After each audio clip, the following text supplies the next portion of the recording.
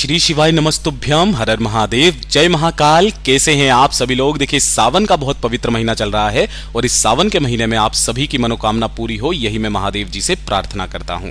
अगर आपकी कोई मनोकामना, कोई हृदय की बात भोले बाबा तक नहीं पहुंच रही है, उपाय कर करके आप थक चुके हो, सब कुछ करके देख लिया, थक चुके हो, हार चुके हो, पूज्य गुरु जी ने कहा मात्र हल्दी की ये 7 बिंदी आपको सावन के इस दिन लगा करके आ जानी है। आपकी चाहे कितनी भी बड़ी मनोकामना क्यों ना हो, पूरी जरूर होगी।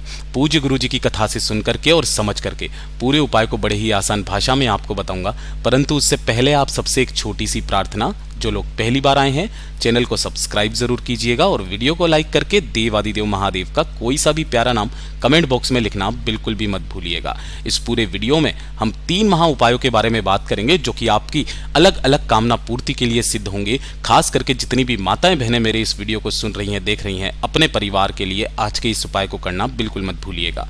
सबसे पहले बात करते हैं पहले वाले उपाय की। पहला वाला जो उपाय होगा ये होगा आपकी इच्छा को लेकर के। अगर आपकी कोई इच्छा, कोई विश है, बरसों पुरानी कोई मनोकामना है जो आपकी पूरी नहीं हो रही है, आपने बहुत सारे उपाय, व्रत सब कुछ करके देख लिया, सोमवार के व्रत भी कर लिए, सोमवार अष्टमी कर ली, प्रदोष कर ली, शिवरात्रि कर ली, तो इस सावन के महीने में पड़ने वाला मंगलवार का दिन, जिस दिन मंगला गौरी व्रत है, उस दिन इस उपाय को करना बिल्कुल मत भूलिएगा। आपको लेनी होगी इस तरीके से थोड़ी सी हल्दी, है ना। अब हल्दी आपको कौन सी लेनी है, ये जो पिसी हुई हल्दी होती है, इस तरीके से मात्र 1 चुटकी आपको हल्दी लेनी है और थोड़ा सा ही, मात्र 2 बूंद आपको चाहिए गाय का घी। इस चीज का ख्याल रखना, आपको घी गाय का ही लेना है, चाहे आप 2 बूंद ही क्यों ना लो, ठीक है। और इसी के साथ में आपको लेना होगा 1 लोटा शुद्ध जल अपने घर का। बस ये 3 चीजें आपको चाहिए। और सावन के महीने में जो मंगला गौरी व्रत का दिन पड़ता है, यानी कि मंगलवार का दिन, उस दिन आपको पहुंच जाना है भोलेनाथ के मंदिर में शिवलिंग के पास। जैसे ही आप यहां पर पहुंचोगे, उत्तर दिशा नॉर्थ डायरेक्शन की तरफ मुख करके आपको बैठ जाना है।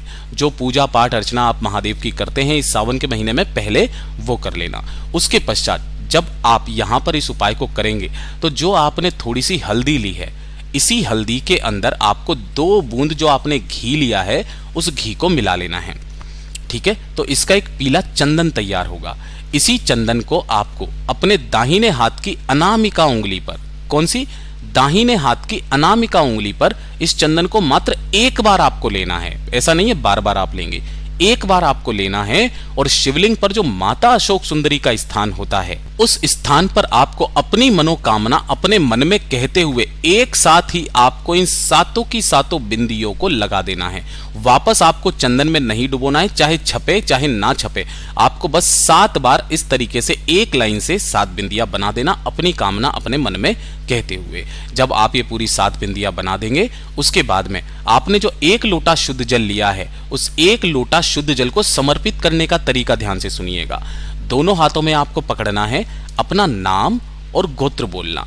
इस कलश का आधा जल आपको माता रानी के हस्त कमल के चारों तरफ श्री शिवाय नमस्तुभ्यम का स्मरण करते हुए समर्पित कर देना है, ठीक है। आधा जल यहां पर समर्पित करोगे और बाकी का आधा जल शिवलिंग पर समर्पित करना है, और कहीं पर भी नहीं। ओम नमः शिवाय, श्री शिवाय नमस्तुभ्यम पंचाक्षरी मंत्र या षडाक्षरी मंत्र का स्मरण करते हुए जो भी जल जलाधारी से बह करके नीचे की तरफ आएगा, अपने दाहिने हाथ में उस जल को रोकना, अपने दोनों नैनों पर अपनी कामना बोल करके उसका आचमन कर लेना। पूज्य गुरु जी ने कहा चाहे आपकी कितनी भी बड़ी कामना क्यों ना हो, इस सावन के महीने में पूरी जरूर होगी। पूज्य गुरु जी का बहुत अद्भुत और अचूक उपाय है, जरूर कीजिएगा। अब बात करते हैं दूसरे वाले उपाय की। और ये दूसरा वाला उपाय जितनी भी माताएं बहनें मेरी इस वीडियो को सुन रही हैं, देख रही हैं, अपने परिवार के लिए करना बिल्कुल भी मत भूलिएगा। देखिए, अगर आपके परिवार में बिल्कुल भी सुख शांति नहीं है ना, बिल्कुल भी सुख शांति समृद्धि नहीं है, परिवार में क्लेश बहुत ज्यादा होता है, लड़ाई झगड़ा बहुत ज्यादा होता है, एक दूसरे से बातचीत होती नहीं है, बनती नहीं है ना, छोटी छोटी सी बातों को लेकर के पतंगड़ बन जाता है, घर में धन की आवक सी आपके घर में रुक गई है ना, परिवार में किसी की तरक्की नहीं हो रही है, किसी की उन्नति नहीं हो रही है, चाहे आपके परिवार के बच्चों के लिए हो, बड़े बूढ़ों के लिए हो, अपने पति के लिए हो। इस वाले उपाय को इस मंगला गौरी व्रत के दिन करना मत भूलिएगा, जो कि सावन के मंगलवार के दिन पड़ रहा है, ठीक है। आपको 2 तरीके के फूल चाहिए। इसके लिए आपको क्या चाहिए, सबसे पहले आपको चाहिए होंगे पीले फूल, ठीक है। आपको कितने पीले फूल चाहिए, गिन करके 11 पीले फूल आपको लेना है, और 11 ही लेना होगा आपको लाल फूल। जो भी लाल फूल मिल जाए, जो भी पीले फूल मिल जाए, आपको वही ले लेने हैं, कोई दिक्कत वाली बात नहीं है। आपको क्या करना है, इन्हीं पीले फूलों की और लाल फूल की माला बनानी है। एक तो 11 पीले फूल की माला और 11 लाल फूल की माला कुछ इस तरीके से बना लेना, ठीक है। और इसी के साथ में आपको लेना होगा 1 लोटा शुद्ध जल अपने घर का तांबे के कलश में, बस। इसके अलावा और कुछ नहीं चाहिए। महादेव को जो आप जनरली चढ़ाते हो वो आप चढ़ा देना, कोई दिक्कत नहीं है। बस उपाय के लिए आपको ये 2 चीजें चाहिए। इन दोनों को लेकर के आपको भोलेनाथ के मंदिर में जाना है, शिवलिंग के पास में। यहां पहुंच करके उत्तर दिशा, नॉर्थ डायरेक्शन की तरफ मुख करके आपको बैठ जाना है। जो पूजा पाठ अर्चना आप हमेशा करते हो ना, पहले वो कर लेना, है ना। लेकिन आपको एक ऐसे मंदिर में जाना है, ध्यान रखना, जहां पर मैया पार्वती जी भी साथ ही में विराजमान हो। और जनरली हर मंदिर में इस तरीके से होता है, जहां पर इस तरीके से शिव पंचायत लगी हुई हो। देखिए, भगवान गणेश जी हैं, कार्तिकेय जी हैं, माता पार्वती जी भी हैं, नंदी भगवान भी है, महादेव का शिवलिंग भी है। ऐसे स्थान पर आपको जाना है। जैसे ही आप यहाँ पर पहुंचोगे, पूजा पाठ अर्चना करने के पश्चात आपको सबसे पहले करना क्या है, 1 लोटा शुद्ध जल जो लेकर के आए हो वो भोलेनाथ की शिवलिंग पर समर्पित कर देना। ओम नमः शिवाय, श्री शिवाय नमस्तुभ्यम का स्मरण करते हुए इसे समर्पित कर देने के पश्चात जो आपने पीले फूल की माला ली है, ध्यान से सुनिएगा, जो आपने पीले फूल की माला ली है, उस पीले फूल की माला को अपनी कामना कहते हुए माता रानी के हस्त कमल से टच करा करके, यहां पर माता से टच करा करके भगवान शिव की शिवलिंग पर आपको पीले फूल की माला अपने मन में कामना करते हुए समर्पित करना है, ठीक है।